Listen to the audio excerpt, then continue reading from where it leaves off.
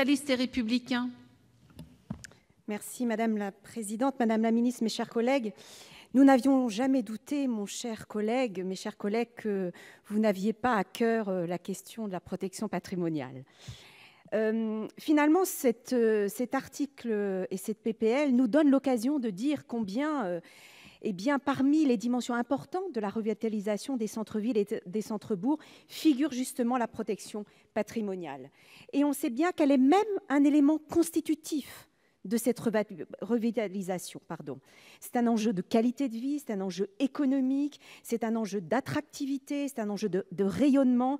Donc, ça a des vertus que on peut aujourd'hui collectivement se dire dans cet hémicycle. Alors, il aurait été vain, bien sûr, et contre-productif à la fois d'opposer l'objectif de protection patrimoniale à celui de la revitalisation des centres-villes.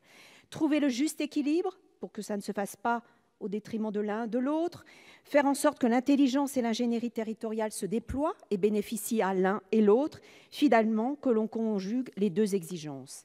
Et c'est dans cette optique que la Commission culture a voté unanimement la réécriture de l'article proposé par le rapporteur, notre collègue Jean-Pierre Leleux, et en, discussion et collaboration avec les deux auteurs, et je me félicite vraiment qu'on soit arrivé à la réécriture de cet article 7 qui met en avant la question de la protection patrimoniale. Alors notre groupe ira un peu plus loin, c'est vrai. D'une manière pragmatique, nous proposerons des amendements qui à la fois mettent finalement l'accent sur la question du dialogue, sur la question du dialogue entre les élus et les architectes des bâtiments de France, sur la question aussi de leur mission, du temps qu'on doit donner à leur mission, parce que vous savez, et on le dira, ils sont de moins en moins nombreux. Et aujourd'hui, l'ampleur de leur mission fait qu'ils peuvent être dans l'incapacité de rendre des travaux de qualité. Ayons ça à l'esprit.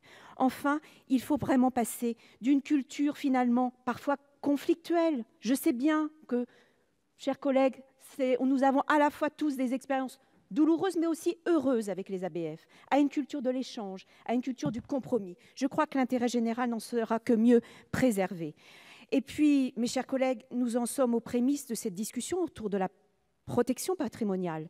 Et on va voir que dans le cadre de la loi Elan, nous allons avoir des débats sur cette question, sur la question des ABF, sur la question de la qualité architecturale. Alors j'espère vraiment que collectivement dans cet hémicycle, mais je n'en ai aucun doute, cette attention et ce souci de la protection patrimoniale n'en sera que plus renforcé. Merci. Merci. La parole est à Monsieur Pierre Ouzoulia pour le groupe CRCE.